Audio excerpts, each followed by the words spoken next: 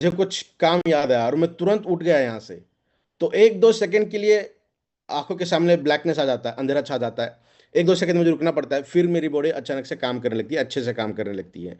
तो ये जो 1-2 सेकंड का, 5 सेकंड का जो ये जो सिनारियो है, जिसे हम टिंगलिंग कहते हैं, अगर लेमन लैंग्वेज बात करें ना, तो चक्कर आना, थोड़ी बहुत चक्कर जैसा फील होना, घूमना, समझ, हम कहते हैं ना कि जरा सा घूम लूं मैं। तो ये थोड़ा सा घूमने जैसी फीलिंग, जिसे हम टिंगलिंग कहते हैं, ये भी एक बहुत बड़ी डिसऑर्डर यंगस्टर्स के अंदर दिखाई दे रही है।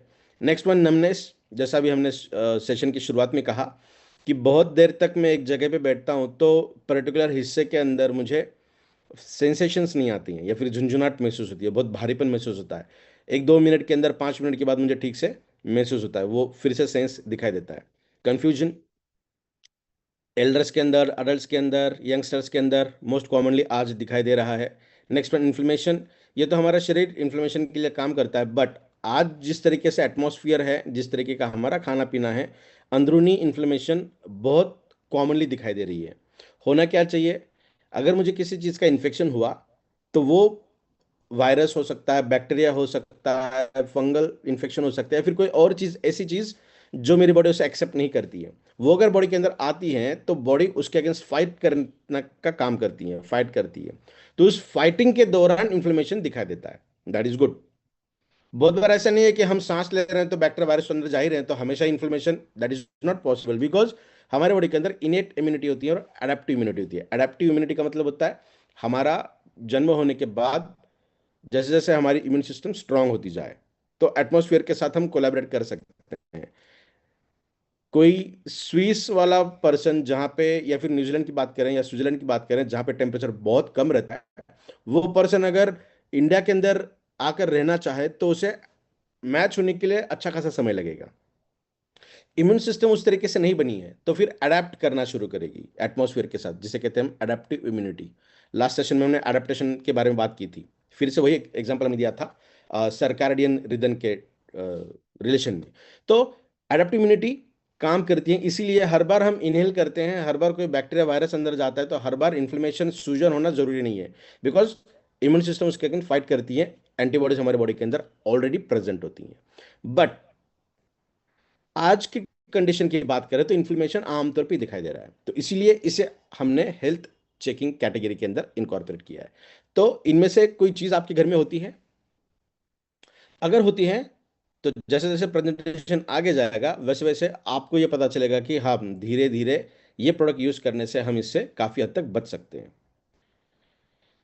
एक सवाल हम पूछते हैं, या फिर ऐसा ऐसा सोचते हैं हम कि दो दोस्त बात कर रहे हैं एक दूसरे के साथ, पहला क्वेश्चन पूछ रहा है, दूसरा आंसर दे रहा है, ठीक है?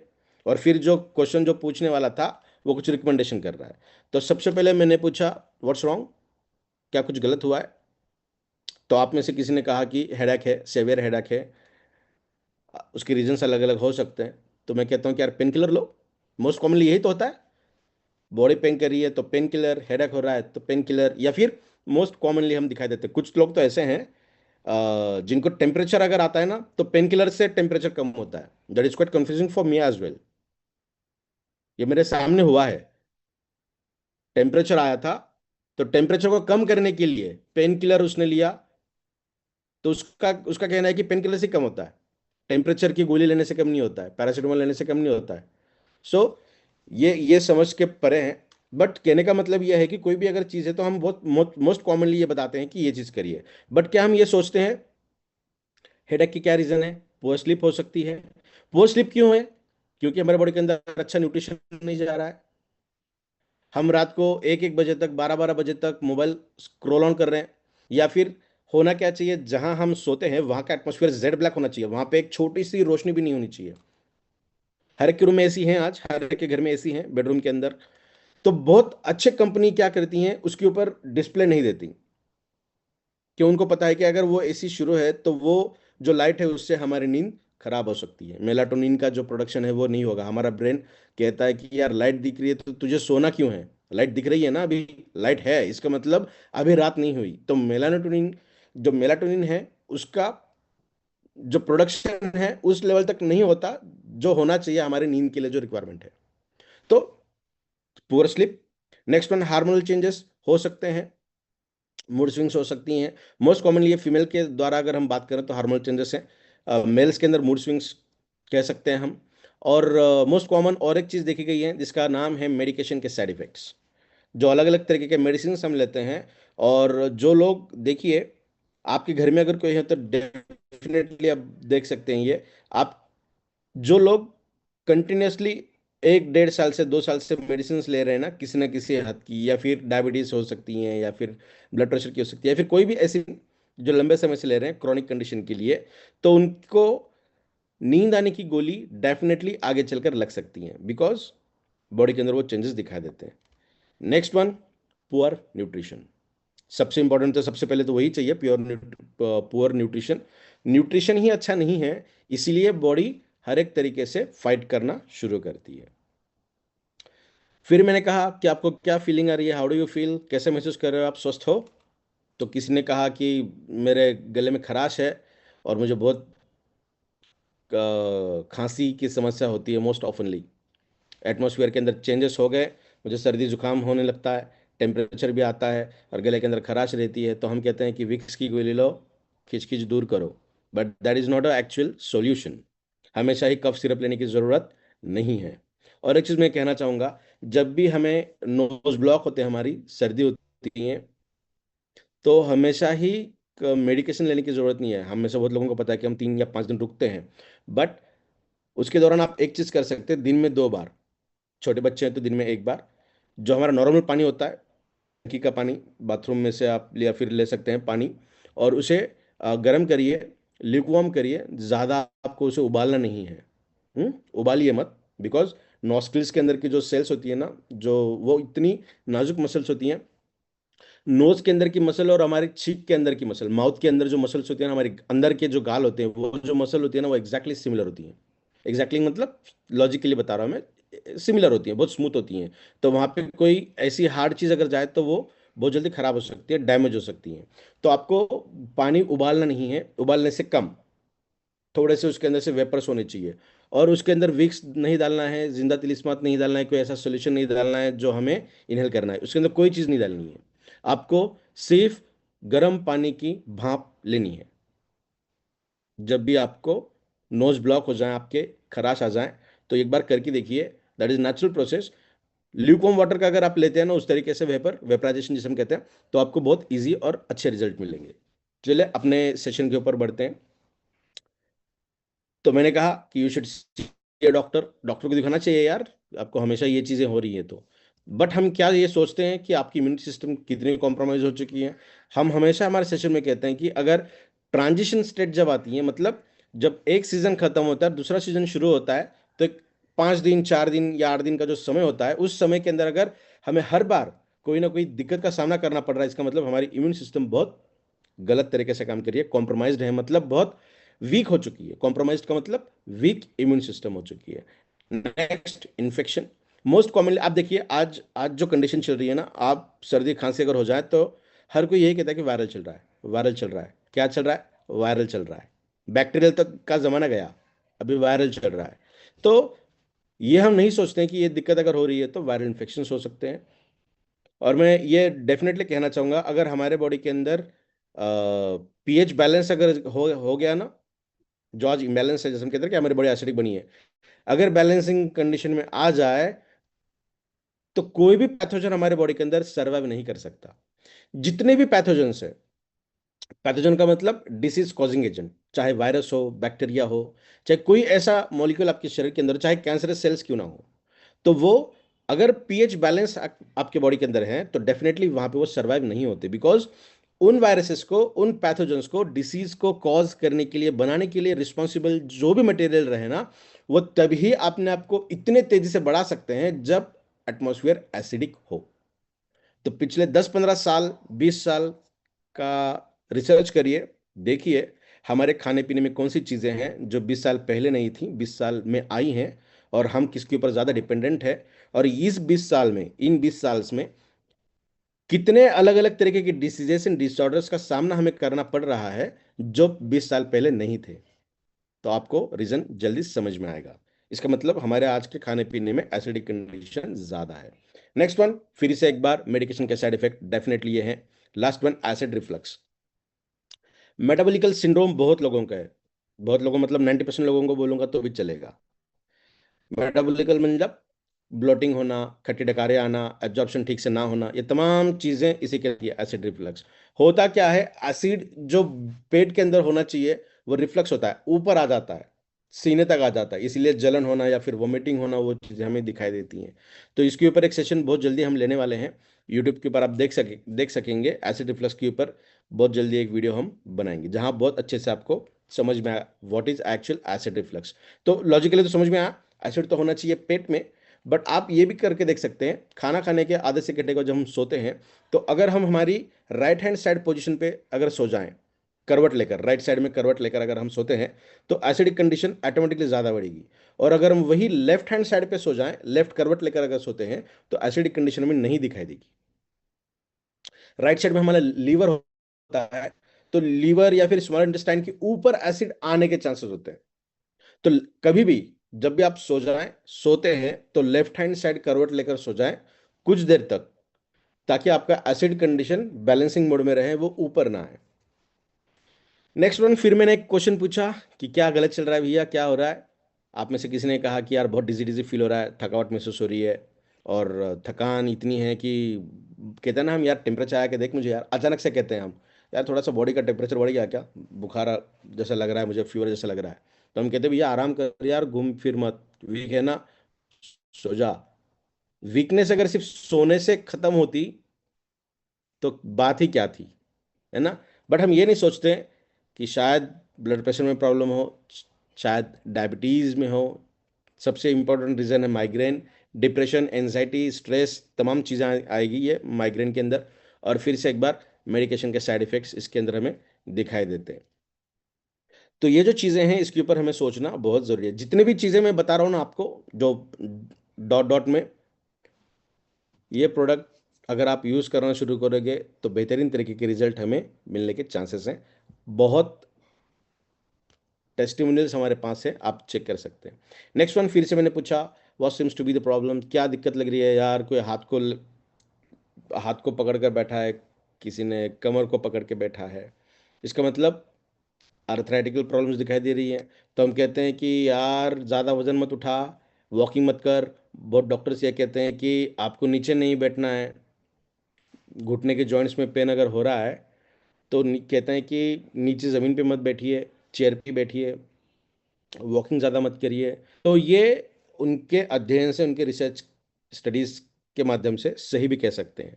बट क्या हम ये सोचते हैं कि हमें कैल्शियम डेफिशिएंसी हो सकती है, विटामिन डी की डेफिशिएंसी हो सकती है, मेटाबॉलिकल इश्यूज हो सकते हैं। बहुत ज़्यादा एंटासिड का सेवन अगर हम करेंगे ना, बहुत ज़्यादा अगर एंटासिड ले रहे हैं, दिन में 2 बार ले रहे हैं, दिन में 3 बार ले रहे हैं, बहुत लोग, बहुत डॉक्टर्स, सॉरी बहुत पेशेंट्स जो सेवियर ड्रग्स लेते हैं ना, एंटीबायोटिक्स लेते हैं सेवियर तरीके के, रेगुलर बेसिस पे लेना पड़ता है, तो उनको 100% मेडिकेशन लेने से 10 मिनट पहले एंटासिड लेनी पड़ती है। बिकॉज आपके बॉडी का टेम्परेचर बढ़ाएगा, आपके बॉडी के अंदर की एसिडिक कंडीशन को एक्सट्रीमली बढ़ाते हैं वो मेडिकेशंस, तब जाके वो काम करेंगे। तो अगर आप ज़्यादा एंटासिड का सेवन कर रहे हैं ना, तो आपके बोन्स के अंदर का जो कैल्शियम है, वो कैल्शियम आपके स्टमक के अंदर, लीवर के अंदर आ जाता है, आपकी बॉडी की रिक्वायरमेंट बढ़ती है, तो वो कैल्शियम आपके बोन से लेगा। क्यों? 98% कैल्शियम बोन के अंदर ही तो है।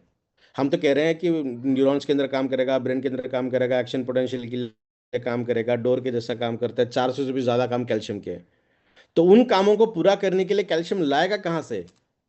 तो कहाँ पे ज्यादा है? बोन्स के अंदर, तो बोन से लेगा।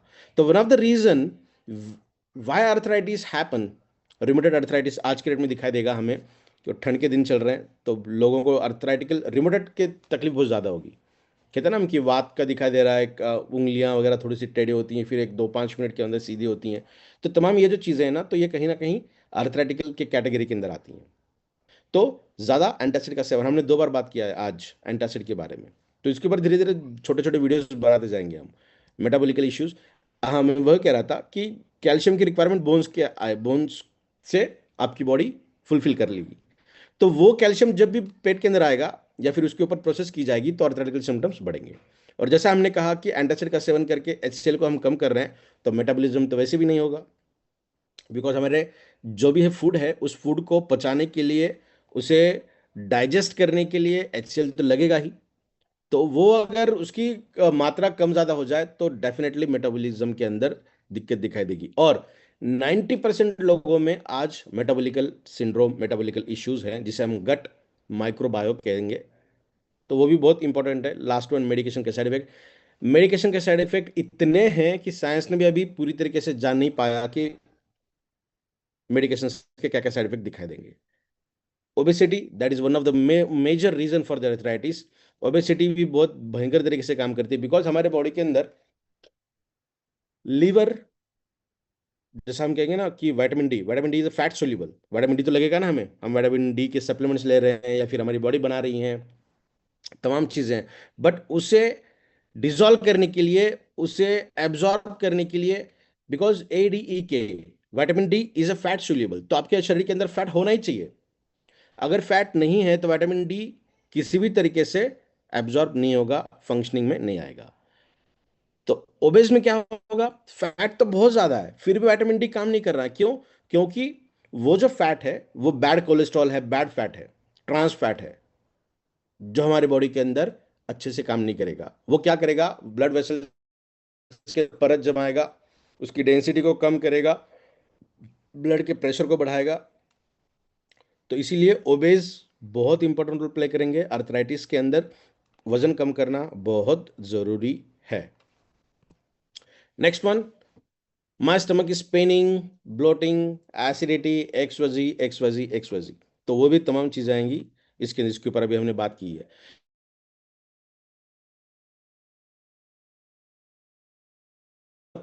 हो जाने से इन्फेक्शन बढ़ेगा। बहुत लोगों के अंदर ना वो एक दिक्कत होती है। आप डेफिनेटली एक बार सोचना कि जब भी आपके, स्पेशली आपके घुटनों से नीचे पैर को अगर बहुत ज़्यादा खुजली होती है और आप आपके बेयर हैंड से अगर खुजाते हो तो वो इन्फेक्शन बढ़ेगा, वो कम नहीं होगा। बिकॉज हमारे नेल्स के अंदर वो बैक्टीरिया छुपे हुए रहते हैं कि वो इन्फेक्शन को बढ़ाते हैं, आपके स्किन को इरिटेट करेंगे, आपके स्किन की जो पोर्शन है ना उसे डिहाइड्रेट करेंगे, इतना हार्ड करेंगे ना उसको। अगर आप कुछ दिनों के बाद देखेंगे तो यूं अगर आप उससे निकालोगे तो वो स्किन निकल के आ जाएगी। तो कभी भी अगर ज़्यादा खुजली अगर हो रही है तो किसी न किसी तरीके के ऑइंटमेंट का यूज़ करिए। ऑयल यूज़ कर सकते हैं, अगर कोई चीज़ मिल ही नहीं रही है तो पानी का यूज़ कर सकते हैं, 2 ड्रॉप पानी डालिए और फिर उंगली से उसे थोड़ा सा रब करिए, खुजाने की ज़रूरत नहीं है। तो बिकॉज इन्फेक्शन वहाँ पे बहुत मोस्ट कॉमनली दिखाई देते हैं और बहुत कम लोगों को यह पता है कि हमारे नेल से इन्फेक्शन हो सकते हैं जहाँ हम खुजली कर रहे हैं। तो खैर, इसके कुछ रीजंस हो सकते हैं, जैसे कि इन्फेक्शन, सोराइसिस हो सकता है, विटामिन B12 की डिफिशियंसी हो सकती है। विटामिन B12 स्किन के लिए भी इसेंशियल रोल प्ले करता है। यूट्यूब के ऊपर जाइए, 1 मिनट का शॉर्ट है, उसके ऊपर हमने बात की है कि हाउ विटामिन B12 स्किन के लिए काम करता है। Next one, stress. तमाम ये चीज़ें हैं जो हमारे स्किन के ऊपर काम करती हैं। Stress is also a one of the important factors कि हमारे शरीर के अंदर स्किन रिलेटेड एलर्जीज या इन्फेक्शंस या रैशनेस क्यों हो रही है। इसके ऊपर भी बहुत जल्द एक वीडियो बनाएंगे हम, बिकॉज ये जो चीज़ें हैं ना ये हमारे दिमाग में कभी आई नहीं अब तक, इसलिए उसके ऊपर हम वीडियो धीरे धीरे बनाएंगे। किसी को हमने पूछा कि यार क्या प्रॉब्लम है, नोजियस हो रहा है, कहीं पर भी अगर मैं जाना चाहूँ, बहुत लोगों को ये होता है, देखिए स्टेज पे अगर बुला लिया जाए कि यार अभी अचानक से आवाज़ दिया मैंने कि यार विनय आपको बात करना है स्टेज पे, तो मेरी धड़कनें इतनी बढ़ जाएंगी कि मुझे वॉमिटिंग जैसी फीलिंग आती है। हुआ तो कुछ नहीं, मैंने खाया भी कुछ नहीं, आराम से तो बैठा हुआ था मैं अब तक, तो वो भी चीज़ें हो रही हैं। तो कहीं ना कहीं हमारे शरीर के अंदर वो वाली दिक्कत दिखाई देती है। ये तो एक लॉजिकल मैंने कहा कि ऐसी चीज़ें होती है। बट बहुत लोगों को बस के अंदर, AC के अंदर जहाँ वेंटिलेशन नहीं है वहाँ पर ये दिक्कत दिखाई देती है। बट हम ये सोचते हैं, हम ये रिकमेंड करते हैं उनको कि यार अदरक वाली चाय पीजिए आप, थोड़ा सा आराम करिए, थोड़ा सा कोई ऐसा स्ट्रॉन्ग स्मेल यूज़ करिए जिससे आपको ये फीलिंग ना आए, या फिर पानी पीजिए। बट कुछ रीज़न हो सकते हैं इसके, predominantly magnesium deficiency. Definitely magnesium deficiency अगर है तो हमें वोमिटिंग जैसे या फिर गट रिलेटेड इश्यूज बहुत ज़्यादा दिखाई देते हैं। नेक्स्ट वन, विटामिन D की डिफिशियंसी, विटामिन B12 डिफिशियंसी, माल न्यूट्रिशन भी इसके अंदर बहुत इंपॉर्टेंट रोल प्ले करता है। और लास्टली, ड्रग सेंसिटिविटी, मतलब कोई मेडिकेशन अगर हम ले रहे हैं तो उसकी सेंसिटिविटी होती है। बहुत लोगों को हम कहते हैं ना कि यार मुझे इस तरीके का मेडिकेशन चाहिए, सिमिलर कंटेंट रहने के बावजूद दूसरे कंपनी का, दूसरे ब्रांड का हम मेडिसिन यूज नहीं करते। सॉरी। कुछ लोग, क्यों ऐसा होता है? क्योंकि उनकी बॉडी उससे एब्जॉर्ब नहीं कर पाएगी, बॉडी को वो मैच नहीं होगा, तो उसके कुछ साइड इफेक्ट दिखाई देते हैं, दैट इज अ सेंसिटिविटी। वो रीजन हो सकती हैं। वीक फील हो रहा है, डाउन फील हो रहा है, डिजी डिजी फील हो रहा है, तो हम कहते हैं, सॉरी, तो हम कहते हैं कि यार पानी का सेवन कम हो गया होगा, या फिर रात के टाइम पे या दिन में थोड़ा सा कम खाना खाइए, खाना भी ज़्यादा होता है तब भी ये दिक्कत होती है। बट हम ये नहीं सोचते हैं कि हमेशा डिजी डिजी रहना, वीक फील होना, 40 45 50 की एज तक भी अगर ये फीलिंग आ रही है तो डेफिनेटली इम्यून सिस्टम के बारे में दिक्कत है। विटामिन डी, विटामिन B12, माल न्यूट्रिशन, और सबसे इंपॉर्टेंटली लो टेस्टोस्टेरोन, टेस्टोस्टेरोन की कमी, ये इसका एक one of the major reasons में से एक है। तभी न्यूट्रिशन क्या कर सकता है और मेडिसिन क्या करती है। मेडिसिन तो सिम्टम को ट्रीट करेगी, जिसके बारे में अभी ने बात की ना, कि ये दिक्कतें हो रही हैं, तो उसके लिए हम कहते हैं कि पेन किलर लीजिए, या फिर ये चीज़ यूज़ करिए, या फिर वो। तो मोस्ट प्रिडोमिनेंटली हम में से बहुत लोग, अगर दिक्कत होती है तो हम मेडिसिन का ही सहारा लेते हैं। बट हमेशा ही मेडिसिन का सहारा या फिर हमेशा ही मेडिसिन लेना उतना सही नहीं है। न्यूट्रिशन का प्रॉपर होना भी जरूरी है। न्यूट्रिस्यूटिकल क्या करेगा, जो रूट कॉज है, मतलब आपकी सेल के अंदर जो दिक्कत है उसे वो ओवरकम करने का काम करेगा। अगर न्यूट्रिशन डेफिशिएंसी की वजह से हो रही है तो ऐसा नहीं है कि एक्सीडेंट हुआ है मेरा और मैं न्यूट्रिशन ले रहा हूं तो मेरा एक्सीडेंट की वजह से जो डैमेज हुआ है वो ठीक हो जाए। बिल्कुल ऐसा नहीं होगा। आर्टिफिशियल डैमेजेस न्यूट्रिशन से कंप्लीटली अलग है। आज अगर हम बात करें ना, तो 90% से भी ज्यादा डिसीजन डिसऑर्डर्स न्यूट्रिशन के डेफिशिएंसी की वजह से हैं या फिर माल न्यूट्रिशन की वजह से हैं। विटामिन ए भी अगर बहुत ज्यादा है ना आपके बॉडी के अंदर, विटामिन ए, तब भी आपको बहुत दिक्कत होगी। तो कोई पर्टिकुलर एक तरीके का न्यूट्रिशन बॉडी के अंदर ज्यादा सैचुरेटेड होना, या कोई न्यूट्रिशन बॉडी को मिल ही नहीं रहा है, मिल पॉसिबल ही नहीं कि वो आपके बॉडी के अंदर आ रहा है, दोनों कंडीशन के अंदर आपकी बॉडी वर्स्ट काम करेगी। तो प्रॉपर न्यूट्रिशन रहना बहुत ज्यादा जरूरी है। नेक्स्ट वन, न्यूट्रिशन क्या क्या काम करेगा? सेलुलर रिपेयर, सेल को रिपेयर करेगा, हार्मोन को बैलेंस करेगा, आपके गट को बेहतर बनाएगा, लॉन्ग टर्म न्यूट्रिशन रिप्लेसमेंट, लंबे समय तक न्यूट्रिशन आपके बॉडी के अंदर एज इट इज रखने का काम करेगा, हमेशा जो इन्फ्लेमेशन दिखाई दे रहा है उस इन्फ्लेमेशन को कम करने का काम करेगा। बिकॉज जब भी हम न्यूट्रिशन लेते हैं तो उसका एक पार्ट बॉडी के अंदर आता है, बट एक फॉर्मुलेटिव अगर प्रोडक्ट हम यूज करें, जो आपके सामने अभी ये प्रोडक्ट है जो मैं खाने जा रहा हूं, मैंने खाया नहीं था, तो जो प्रोडक्ट हम बात कर रहे हैं that is E battery Himalaya मोर पर, ये प्रोडक्ट आपके बॉडी के अंदर बेहतर तरीके से काम करेगा, because this is a perfect formulation. और फॉर्मुलेशन ही अगर अच्छा है तो आपके बॉडी के अंदर बेहतर तरीके से उसके रिजल्ट हमें दिखाई देते हैं। क्यों सुपेरियर है मोर पार? उसके अंदर बायोटिक कंपाउंड्स हैं, एंटीऑक्सीडेंट्स हैं, पॉलीफिनॉल्स हैं, एडाप्टोजेंस हैं, तमाम ऐसी चीजें हैं जो हमारे शरीर को चाहिए। आज उसकी जरूरत हमें बहुत ज्यादा है, सिर्फ हमारे लिए नहीं, हमारी नेक्स्ट जनरेशन के लिए भी। बिकॉज एक बार हमारा डीएनए बना, क्या वो दोबारा नहीं बन रहा है? हम 10 साल में, एक डिकेड में, कंप्लीटली सर से लेकर पैर तक हमारा पुनर्जन्म होता है पूरे 10 साल में। आज मैं पैदा हुआ हूं, 10 साल के बाद मेरे शरीर के अंदर वो सेल नहीं, एक भी सेल नहीं रहेगी जो ये 10 साल में थी। तो इसका मतलब मेरे शरीर के अंदर हर एक सेल रेप्लिकेट हो रही है। किसी का एफिशिएंसी कम होती है तो बॉडी उसे फैगोसाइटिक रिएक्शन के द्वारा कम करेगी, खत्म करेगी, नई सेल उसकी जगह पे आ जाती है। तो जब भी कोई नई सेल बन रही है तो उसे हम अच्छा न्यूट्रिशन देने से क्या होगा, और बेहतर बनेगी वो। जो पहले सेल के अंदर एफिशिएंसी नहीं थी, हो सकता है अच्छे न्यूट्रिशन से वो इफिशियंसी नई सेल में आए। हो क्या सकता है, डेफिनेटली होता ही है, बिकॉज सेल को जो रिक्वायरमेंट है वही तो हम दे रहे हैं, और वो भी उस फॉर्म में दे रहे हैं जो हमारी बॉडी एक्सेप्ट करेगी। ठीक है, इसीलिए हिबारिस मोरपार का जन्म हुआ, जो आपके बॉडी के अंदर सेलुलर लेवल पे बेहतरीन तरीके से काम करे। साइंस क्या है इसके पीछे का? एनर्जी को बूस्ट करेगा, मतलब माइटोकॉन्ड्रिया को बेहतर तरीके से इफिशिएंट करेगा। Gut friendly herbs and pre probiotics, इसके अंदर आपके मेटाबॉलिज्म को लेकर ऐसे कुछ इंग्रेडिएंट्स है जो बेहतर तरीके से काम करेंगे। हमारे प्रीवियस जितने भी पीडीएफ मैंने आपको भेजे हैं उसके अंदर ये तमाम इन चीज़ों के इंग्रेडिएंट के साथ फोटोग्राफ्स थी, तो इसलिए वो हमने यहाँ पे नहीं लिए हैं। नेक्स्ट वन, आपके मूड के लिए, स्ट्रेस के लिए, मूड स्विंग्स के लिए, हार्मोन के लिए, न्यूरोलॉजिकल बैरियर के लिए प्रॉपर तरीके से रिकवरी हो जाए, इसके लिए बहुत सारे मिनरल्स इसके अंदर बेहतरीन तरीके से हमने डाले हैं।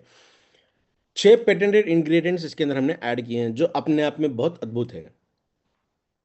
मार्केट के किसी भी प्रोडक्ट के अंदर आपको पेटेंटेड इंग्रेडिएंट नहीं दिखाई देंगे जो हम यूज कर रहे हैं यहाँ पे, ठीक है।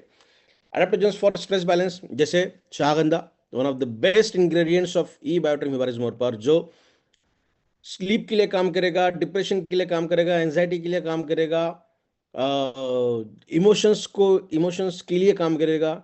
बहुत लोग कहते हैं ना कि यार मुझे इच्छा नहीं हो रही है, चाहे खाने की हो, चाहे पीने की हो, घूमने की हो, बात करने की हो, इंटरेस्ट की हो, या फिर प्लेजर की हो, हैप्पीनेस की हो, या फिर हम कहेंगे वाइटलिटी की हो, किसी भी तरीके की इच्छा भावना अगर समय के हिसाब से कम हो रही है, अगर हम 80-90 साल की बात कर रहे हैं तो वो चीज़ अलग है, बट आज हम जो बात कर रहे हैं 50s, अर्ली 50s तक, तो अगर वो हो रहा है तो डेफिनेटली ये प्रोडक्ट आपके शरीर के अंदर वो बदलाव लाएगा, आप इसे खुद महसूस कर सकते हैं। एंटीऑक्सीडेंट्स फॉर एंटी एजिंग, बेहतरीन तरीके से इसके रिजल्ट्स में दिखाई देते हैं। क्या मैकेनिज्म ऑफ एक्शन है इसका? एटीपी को बढ़ाएगा, मतलब एनर्जी को बढ़ाएगा, एनहांसेस न्यूट्रिएंट एब्जॉर्प्शन, आपके बॉडी के अंदर उस तरीके के न्यूट्रिशन के फॉर्म में लाएगा जो आपका शरीर इजीली उसे कन्वर्ट कर पाए और इजीली उसे एब्जॉर्ब कर पाए, अवशोषित कर पाए। तो बेहतर तरीके के इंग्रेडिएंट्स है। कॉर्टिसोल को बैलेंस करेगा। कॉर्टिसोल के बारे में एक सेशन हमने लिया था। कॉर्टिसोल मतलब स्ट्रेस हार्मोन। कॉर्टिसोल अगर ज्यादा है तो हमारे लिए जो जरूरी है, अच्छे हैं, वो डेफिनेटली कम है। जितना वो बढ़ेगा उतने ही ये कम होंगे, तो ये कॉर्टिसोल को बैलेंस करने का काम करेगा। नेक्स्ट वन, सपोर्ट्स डाइजेशन, जैसा हमने कहा कि गट रीजन को बेहतर तरीके से करेगा, इम्यून सिस्टम को अच्छा बनाएगा, और जो हमारी नींद है, इतनी अच्छी नींद होगी आपकी प्रोडक्ट यूज करने के बाद कि जो रिपेयर मैकेनिज्म हमारे शरीर के अंदर चलता है ना, वो अच्छे से रिपेयर आपका शरीर आपके सेल्स को कर पाएगा। नेक्स्ट वन, ये प्रोडक्ट रैंडम मिक्सचर नहीं है, कोई इंग्रेडिएंट हमने लिया, हमको लगा, सपने में आया, हमने डाला और बना के दिया, ऐसा नहीं है।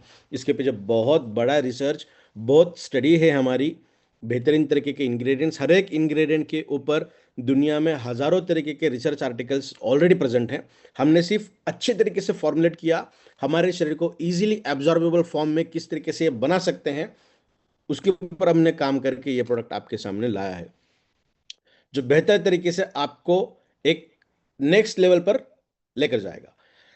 अगर रेगुलर बेसिस पे हम ले रहे हैं, डेली ले रहे हैं, तो क्या क्या हो सकता है?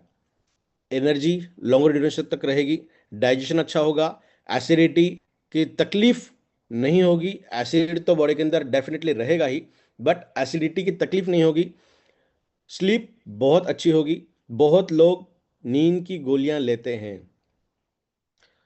नींद की गोली छूट जाएगी अगर आप प्रोडक्ट रेगुलर बेसिस पे यूज कर रहे हो, तो again body to body results vary हो सकते हैं। नेक्स्ट वन, स्ट्रेस को कम करेगा, न्यूरोलॉजिकल बैरियर के अंदर भी बहुत लाजवाब तरीके से काम करता है, इम्यूनिटी को स्ट्रांग करेगा, क्लैरिटी, फोकस, बॉडी लैंग्वेज, उसके बाद क्या कहेंगे हम, तमाम वो चीज़ें जो हमें एग्रेसिव तरीके से आगे लेके जाती हैं, पॉजिटिविटी के तहत, कॉन्फिडेंट के जैसा, उसे बढ़ाने का काम करेगा। और ओवरऑल आपको ये फीलिंग आएगी कि यार मेरा शरीर, मेरा मन कुछ अलग तरीके से काम करने लगा है, जो मुझे अच्छा लग रहा है। ये फीलिंग आपको डेफिनेटली होगी जब आप प्रोडक्ट यूज करोगे। अभी बात करेंगे फिर से एक बार, let's check the health of our family.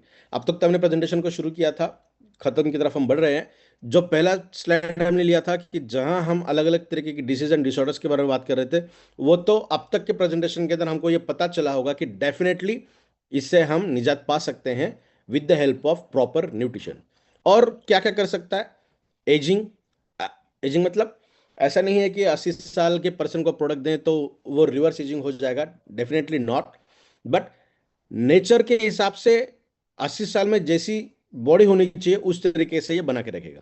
आज दुर्भाग्यवश हमारा जो बीएमआई है ना, मेरी एज 36 है, बट मेरा बीएमआई 50 साल के जैसा है, मेरी एज 40 है, मेरा बीएमआई 60 साल के जैसा है, तो उसे वो रिवर्स करेगा। इसका मतलब आपकी एजनिंग के ऊपर ये बहुत बेहतरीन तरीके से काम करेगा। एसिडिटी को बहुत अच्छी तरीके से कंट्रोल कर पाएगा। स्लीपलेसनेस, नींद को भी अच्छा करेगा। डिप्रेशन, स्ट्रेस, एंजाइटी, इसे भी खत्म कर देगा। सेक्सुअल हेल्थ को भी बढ़ाएगा, मेल्स या फीमेल्स दोनों की बात हम करेंगे। Next one, gut health. Gut health को भी बहुत बेहतरीन तरीके से ये बढ़ाएगा। तो कहने का मतलब जितना अभी हमने देखा था उसे छोड़ते हुए ये भी चीजें इसके अंदर है कि बहुत बेहतरीन तरीके से हमें इसके रिजल्ट्स दिखाई देंगे। So thank you so much, आपने आज जो सेवा का मौका मुझे दिया है, specially Vivek sir, Prateek sir and Sagar sir, आपको भी थैंक यू सो मच। जो प्रेजेंटेशन करने का सेवा आप सभी लोगों ने दिया है उसके लिए। इसे कोड के साथ इस प्रेजेंटेशन को खत्म करेंगे हम। आपकी शरीर की बैटरी धीरे धीरे कम होने लगी है, इतनी तेजी से जितने समय में चार्जिंग होती है उससे आधे समय में तो ये ड्रेन आउट हो रही है। इसका मतलब हमें अच्छा न्यूट्रिशन, प्रॉपर न्यूट्रिशन लेना बहुत ज्यादा जरूरी है। So thank you so much once again and over to you sir. Thank you Vinay